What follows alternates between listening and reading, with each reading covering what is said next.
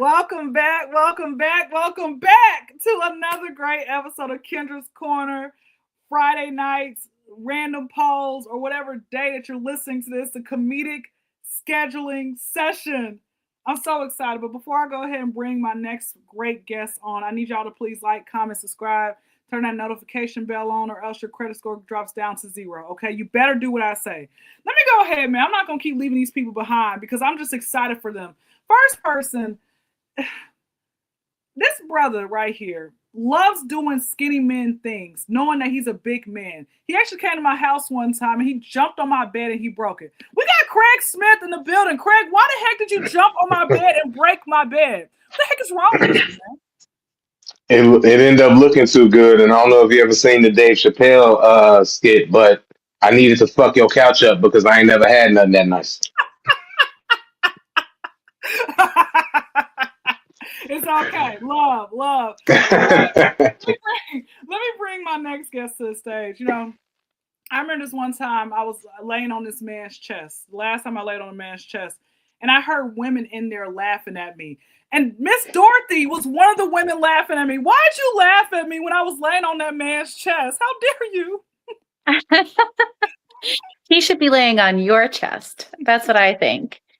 You know, I don't know. I think women are much more comfortable because we just let things happen. We just let things roll, and and sometimes guys are like, "Oh, I gotta be so tough." So I think he should be laying on your chest. Oh, okay. We're gonna make sure that happens. If he doesn't, you're gonna come after him. You in your cat shirt. All right, last person. Oh man. At this point, he told me earlier that he was tired of being the side dude. So he went to go ahead and tell on this woman today. Mr. Eric Scott's in the building. Eric, how long were you the side dude for? In utero.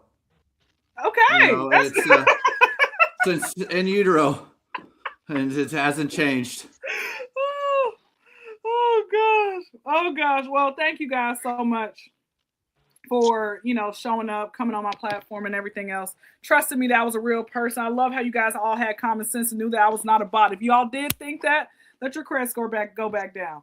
All right, let me go ahead and go with the first this week's random the interesting news of the week. And then let me come to Eric first. So this episode is about jail, right? And what happened was there was this was back in like 2013, and these four correctional officers all got caught up with the same guy. Like three of them, he bought cars, right? And two of them got his name tatted on them. I don't know what happened with the one, right? And so they got caught up, and this seems to keep happening. Eric, what are your thoughts on that? Would you be that guy to ever get a woman? Like, have you ever been so amazing that you can get a woman to tattoo your name on her and stuff like that? Like, you have a juice? You got the juice now? Does branding count? Is that still a tattoo if you got a brand, like a cattle branding? Yeah, that counts. Because that happened once, but that was more like an initiation sort of thing. Okay. And my name was just picked on by luck, so I don't know. Yeah, I don't think I've got the magic juice myself to go that far. But I'm all for prisoners being able to have sexual gratification consensually. I think there should be like a program too for to help hire people, because I think that could be a good job related service, like all around, of like a therapy for people that are in prison, and also getting people who are looking for employment but are willing to bang a few lifers. Like, if you don't care that they're murderers and drug dealers, that's all right. We should be about forgiveness, is what I'm saying. So. Well, listen. Before I go to Craig, I was gonna say Craig. He's that guy. He's got the juice. He's him. So he can actually, after the show's over, he can teach you like some moves and everything else like that. Pretty much gonna be like Malibu's Most Wanted. Craig. What are your thoughts? What are your thoughts on this interesting news of the week? I mean, I don't know. The dude definitely had. I want to know what he was doing on the outside. That's what you got to be worried about. Like, if he was able to pull that off on the inside and have women like risking their life like that, like getting cars for him. One, what are you gonna do with the cars? Like, you don't need cars, let alone you got two cars and you in jail. You can't drive them. What's the purpose of this? He was just stunting for his prisoner friends at that point. Like, I bet you I can get them to buy me cars. And then the other ones, like with tattoos, that's wow. I dated a woman with tattoos one time, and another name was tattooed on her, and that didn't bother me. It had an apostrophe S on that though. That was the part that bothered me. You know, I didn't like how punctual the guy was. That is very possessive. But yeah, that part would have bothered me more. Like if it was somebody that was in prison tattooed, now I got to worry about her life choices. Then I got to worry about my choice and messing with somebody who would make a life choice like that. It's a whole rabbit hole to go down into that all leads to therapy. I don't need no parts. Yeah. Now let me ask you this question: have you ever personally known somebody who did get like really risked it all for someone who was in prison? I've known by proxy of somebody. I knew one of my exes had a friend who used to travel a long way to visit somebody in prison. And long story short, they are not together right now. And he's out. So How do you know how long that the relationship lasted? while he was in prison. Love the answer. Love the answer. Typically how it is. That's why I'm like, when I watch these people who have these social media pages and how they're holding a man down. I don't know if you guys saw it. I'm sure this happens a lot, but a few months back, this girl took her kids with her so she can get married in prison. Literally, he was on one side of the bars and she was on the other, and then so she kissed him through the bars. And I said, "What the heck is wrong with you?" And her kids are looking like, I can't believe. And they were young kids, but they look on their faces like, "Mama, this is like the fourth man you done did this with since I was born." Okay, that sucks. I hope she don't have daughters. They were all sons. So all right. I don't Well, know. hopefully they just don't want to go to jail, because if it was a daughter, then she would be thinking that it's cool to go visit her boyfriend or husband or something in jail. I don't have no kids, but I definitely wouldn't want that for my kids. Amen. Well, Miss Dorothy, I don't want to leave you hanging. What are your thoughts on the interesting news? I mean, I'm recently divorced and I can't. And I'm like, I feel good that I'm neither desperate enough to get a guy's name tattooed on my body, but also I'm like, wow, like this guy's a mastermind, like 4 women at the same time. Like that's, I don't know, like you got to give him like some credit, like, and in jail. And like, I don't know, I like looked up a picture of him too, and he just like, he looks so smug. And I was like, oh, I don't know. Like, it kind of makes me a little bit worried. Like, what was going on with these prison guards that they were just like, yeah, you got the hots for him? I got the hots for him too. Like, maybe we can have sister babies, like that. Like, that's a new kind of orgy, but so I feel really good with I feel like, like sometimes when you watch like reality TV and you're like, okay, like my life is not that much of a train wreck. It's kind of how I felt. If I'm going to be totally honest, that's how I felt a little bit, but. Oh, well, hey, it's ratings and views. So yeah, who knows? Let me say this before we go. I didn't think about what he looked. My bad. I didn't think about what he looked like. I'm curious. What he look like? He looks terrible. He literally looks like how do I describe it? He looks like a squirrel with a trash bag wrapped around his face. His hair on top of his head look like pubic hair that has not been trained. Where I got good pubic hair. I got that Peruvian pubic hair, and it's got that good curl pattern. I currently do. Welcome to the jungle. We're not shaving around here, all right? Because I'm not trying to press no new men. That's why I don't shave at all. Because women who sit here and shave, here's some free game for you fellas. Let you know, okay? Free game. If she shaves, she's trying to press someone new, okay? Come on now, it's busy. It's a busy street. A lot of people are on it, so you need to find somebody, Eric, who doesn't shave. When she pulls her pants out, you see it looks like, like a 12-year-old. Hopefully, we don't know. Turtle you shell. know that you don't know nothing about that, but looks prepubescent. Baby, run. We need a grown woman, okay? Come on, like glory holes. Glory holes that they have, in other countries, where the prostitution's legal. Oh, it must be nice. They don't have those in other country prisons, do they? Glory holes? Oh no. No, we don't know. We should go find out. I was thinking, if this happened in a prison in Utah, would this even be a story? That's true. Nah. This would just be like a normal thing, right? Baltimore. I think this is how most female prisons operate in Utah. Is they assign at least they get time off for it. Yeah, they get 4 or 5, sister wife prisoners per guard. But you know what? I think coming from someone like myself, right? I've had some great conversations with some prisoners. Not many, because again, they get on Facebook, they're bored. I'm like, well, I'm bored too, right? And one of them, I tell this story often, and it always surprises when I, tell the story to a new group of people. But there was one prisoner that, like in a way, I pretty much dated him.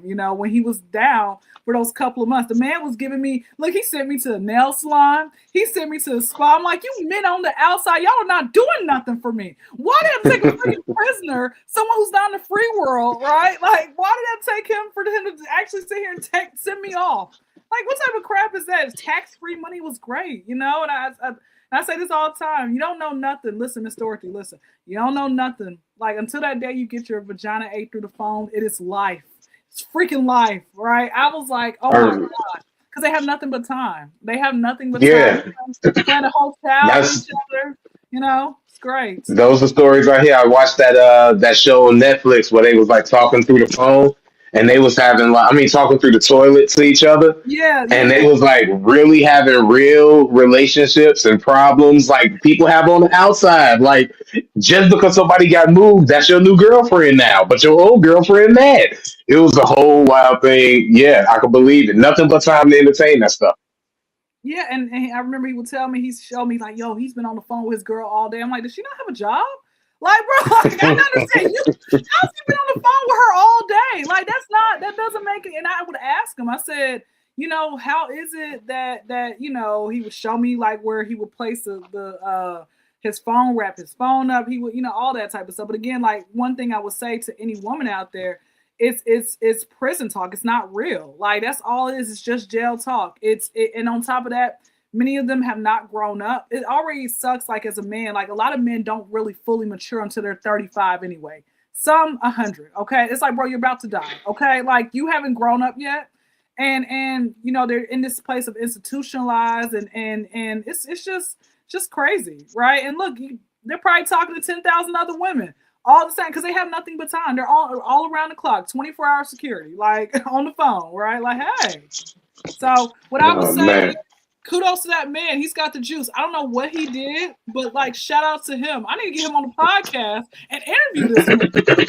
Now you need to get the ladies. We need to see what the guards look like too, though. We can't just go off what he looked like. That's an important part of the equation there. It's kind of reminded me, honestly, of Charlie Manson. This is kind of what happened with Charlie Manson. Is he had someone come and marry him when he was in prison on death row. So, that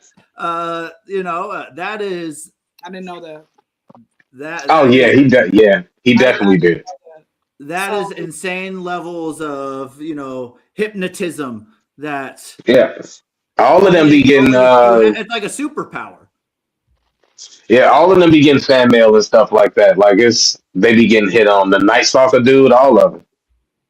I don't like the Menendez brothers. If you guys are all familiar with the Menendez brothers, they actually, like, once they went out to prison, they actually have women who have married them.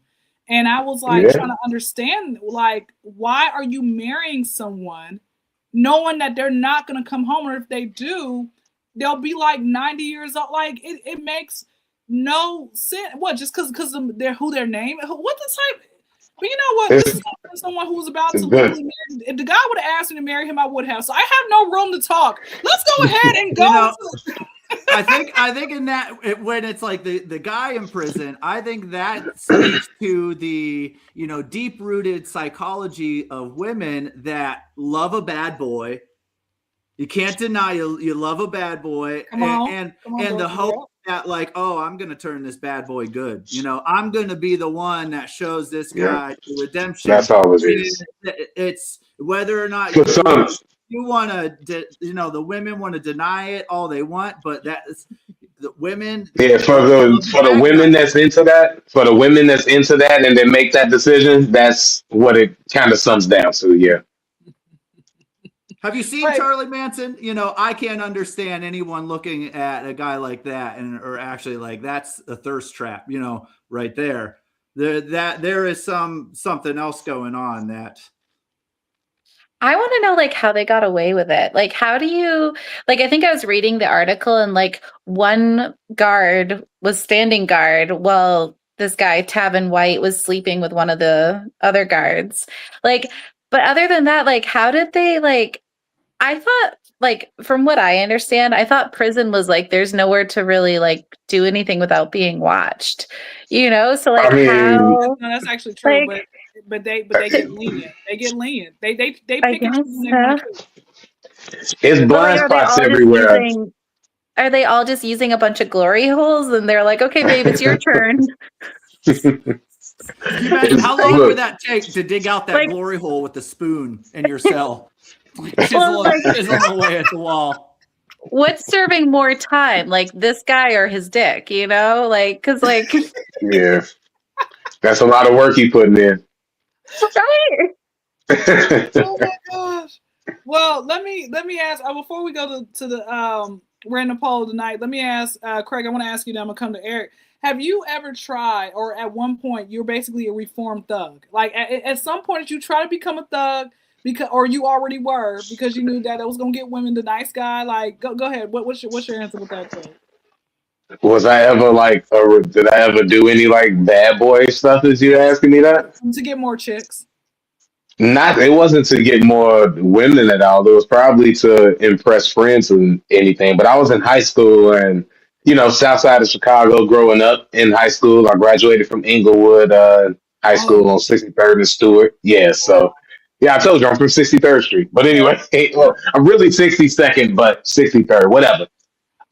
So I used to sell drugs over there, but that was because my friends was selling drugs, and so it was the cool thing to do. If I didn't do it, it would have felt like a certain way or whatever.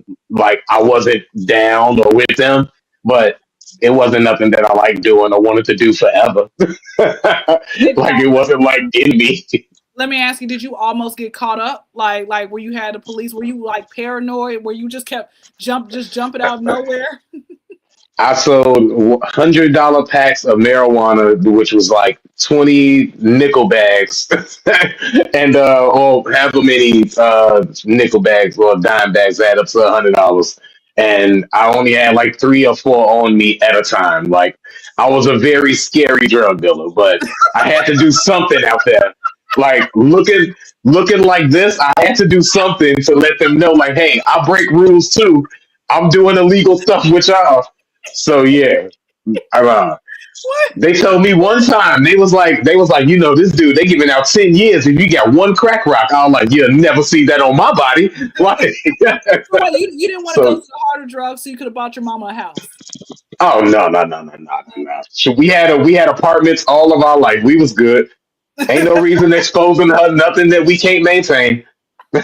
I'm tired of living out here. I want to go to where Michael Jordan in Highland Park next door to him. No, we could drive by it in one of these rental cars with this weed money. Let me go to Eric.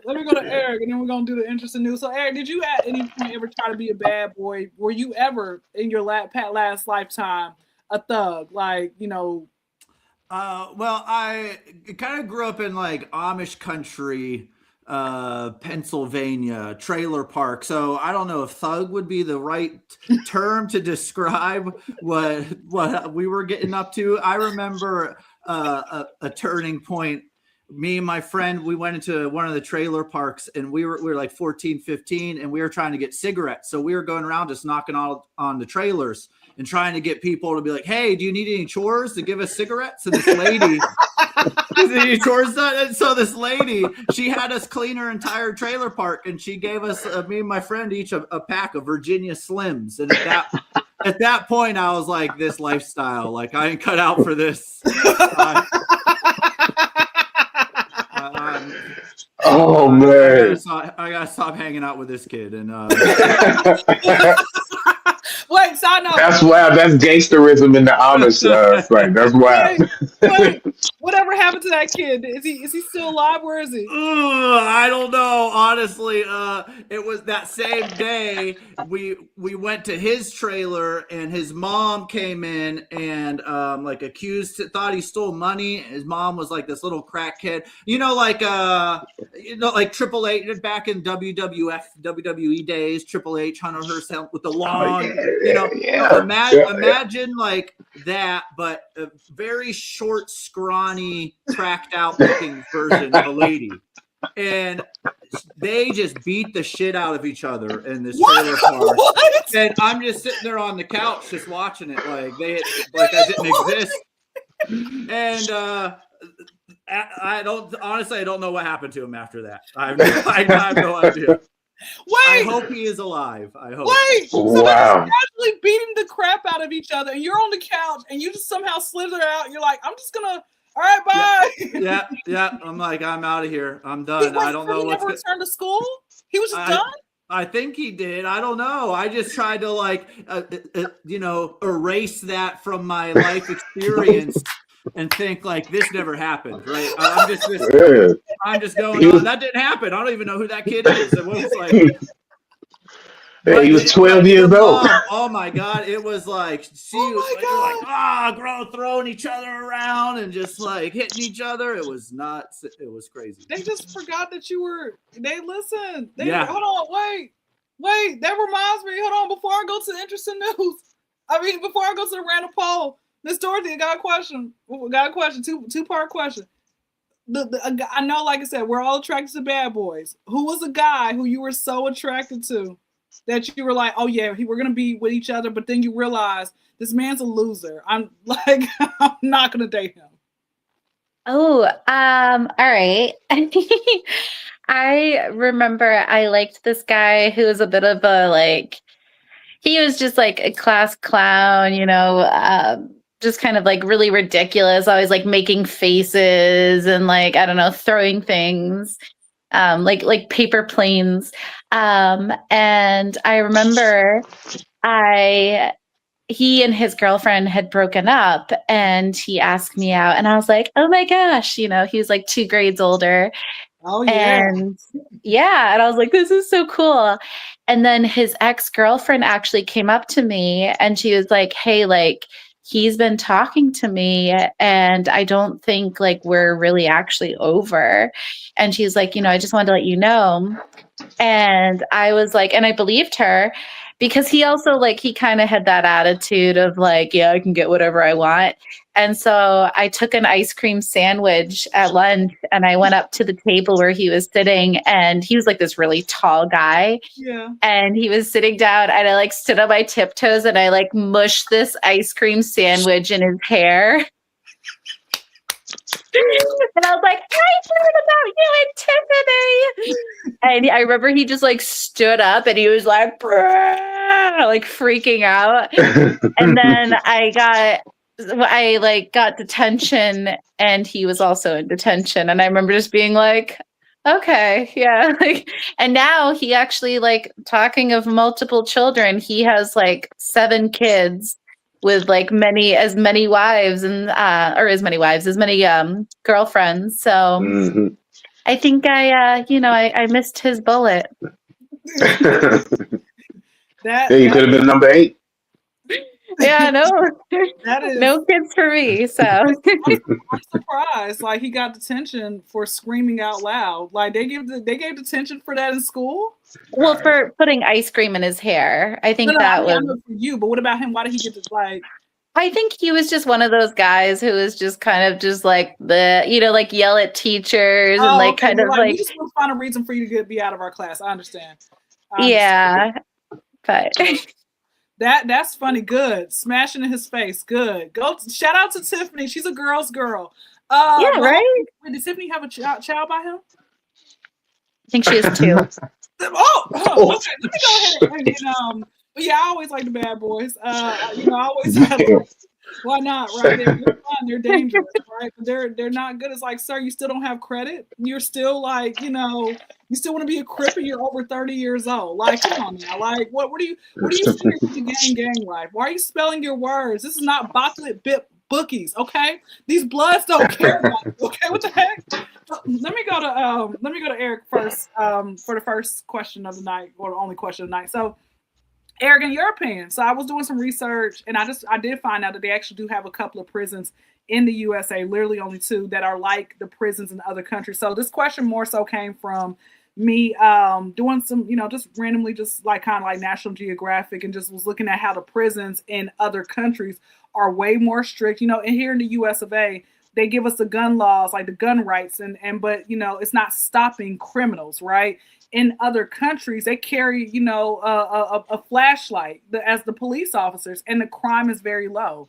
And it's like they have them more trained. Like even in the prisons over there, they're wearing blindfolds that they have to be escorted somewhere, so they're not trying to break out. It's literally, they treat like if you sat there and you killed someone, oh, you're done. Here, you kill someone, you're out in 2 years, right? They're like, all right, they're done. We need some space, okay? Like they learned their lesson. So do you believe, in your honest opinion, Eric, do you believe that the U.S. prisons should be more extreme? This question, in a way, I love it, but it also is like just rots my soul in a certain aspect, just because there's like such a deeper root. The roots go so deep to this question, where first off, like the United States has more prisoners per capita than any other nation on the planet. We privatize prisons, so it is a business model to incarcerate our citizens. It is a business model to have a revolving door. We have a high recidivism rate, which is going in and out of the system, in and out of the system. So I think if you look at like specifically the Scandinavian countries and the way they run their prisons and the way they rehabilitate their prisoners is a much more humanitarian lens, so to speak. So I think our prisons are already extreme enough because they are by design meant to not rehabilitate anybody. They are by design meant to have mass dysfunction and debt to working and poor class in this country. So, like, I don't know. It's like enraging. You know what I mean? It kind of like gets my blood boiling kind of thinking about it, of just like how rotten our system is, where and there are already some prisons too, where it's essentially like slave labor. Like they go in and like they get these prisoners in there, then they're just cranking out, our shirts or pens, or just like manufacturing different items that then other big corporations sell and then get all the profit from. So it's almost like the slave owners have reinvented slavery into a different system that is just the prison system right now. So I think it's already too extreme. And I think we should have a more, humanitarian sort of approach. So that kind of getting off my soapbox now. We should look more to the Scandinavian, model.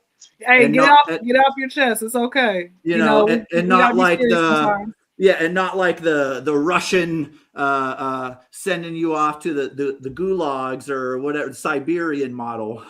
Like that's a little too authoritarian for my taste. But I mean, some people like that. That's some people like being Nazis, and that's all.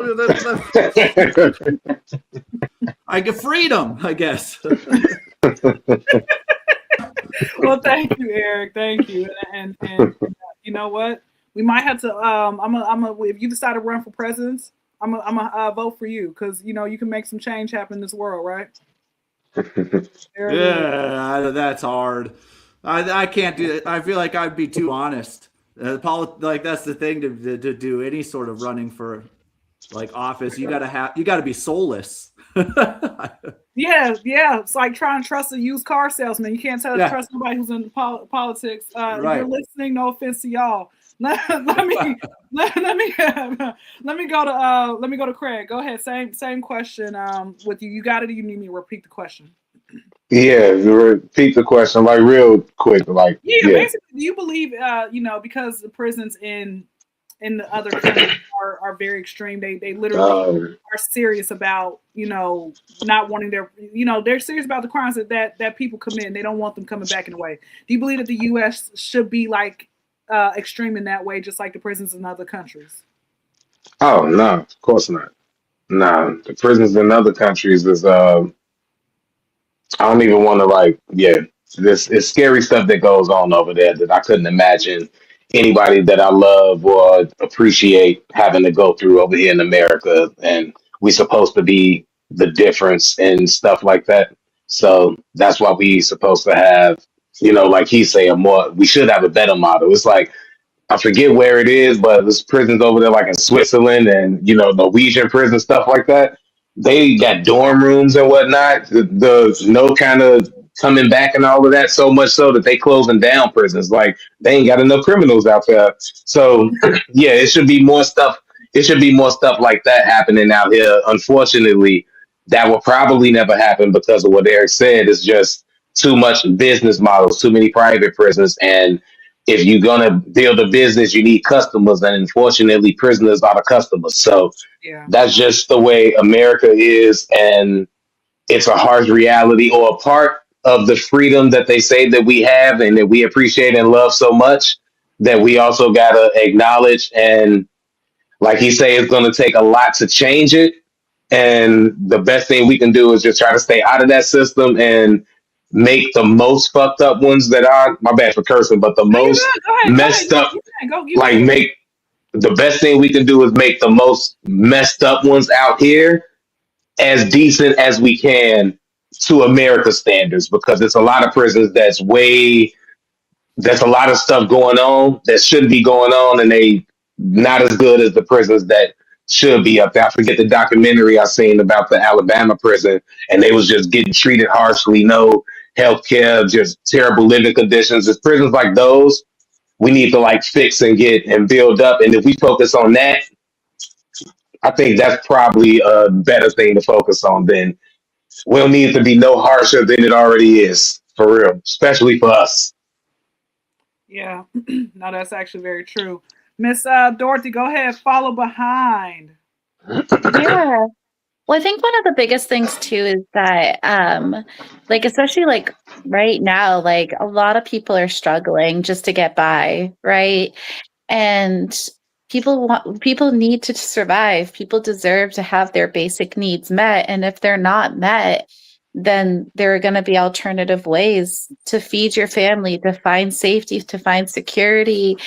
And so I think really like instead of looking at how we can reform the prisons, which is important in its own way, of course, I think we should look at how we're helping each other within our communities to support each other so that people's livelihood is not threatened and then crime is not going up. Like,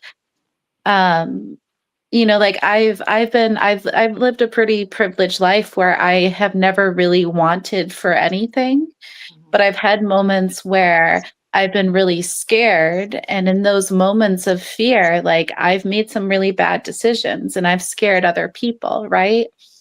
And so I think that that's something like there's like the cycle of poverty and then this mindset like, okay, well, nobody's looking out for me or they expect the worst out of me. So like, of course, that's going to turn you into something that is not really where your heart is. Right.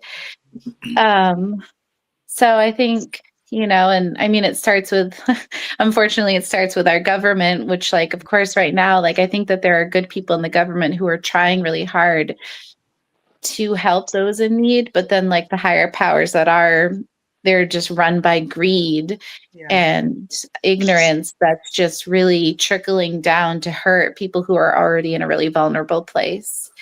So, and it's something that, like, I'll be honest, like, I have family members living in poverty, and I've seen how, like, a lot of them use drugs to numb that pain.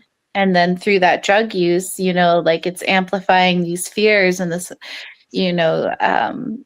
this desire to just, like, survive. And sometimes things just get really chaotic.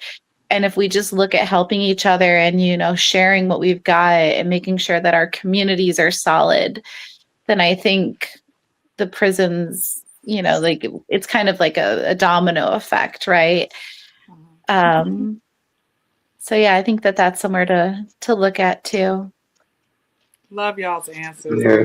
I love it. As I said, I know I do a comedic podcast, so there's nothing wrong being serious. It can, just show how intelligent we are. Okay, we're more than just sitting up telling about our trauma on stage, right? So, you know what? I think, again, this all starts, like you said, regarding with the government. And I agree with all you all's answers. And just kind of, basically adding on to it. It starts with the government. Once I learned that the Supreme Court, when I learned this in school, and this was just the worst thing, I was like, okay, why am I even voting at this point? Because again, when it comes to the president, it's like he or she sends in, a bill, whatever, and that it's up to the Supreme Court. We're going to either veto this or we're going to say yes to this. And I'm like, I thought the president is the one who actually matters. Like, what? And so everybody sits here and they blame the president, but at the same time, the president is doing what his people tell him or her, their people telling them to do. So they get all the blame, they get all the, it's just a consistent, like, a domino effect of just mess. They really need to learn how to rehabilitate these people back into society. I honestly believe that they should give people another chance, like expunge, like get their records expunged for like maybe, I don't know, like $100 or something like that, right? Like help them to get, so they can get a good job. And so they won't, because 80% of prisoners go back. Typically within the first, 3 years, they return back.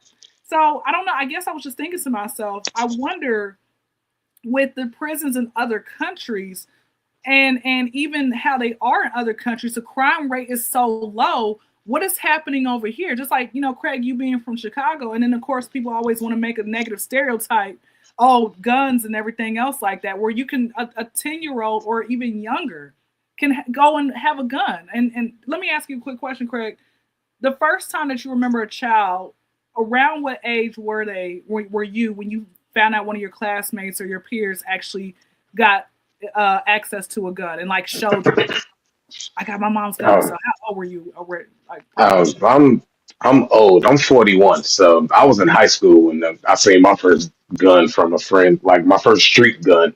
Okay. Yeah, I was like a freshman, sophomore in high school, so 14, 15, maybe 16. But yeah. Oh, okay. Gotcha. Yeah, it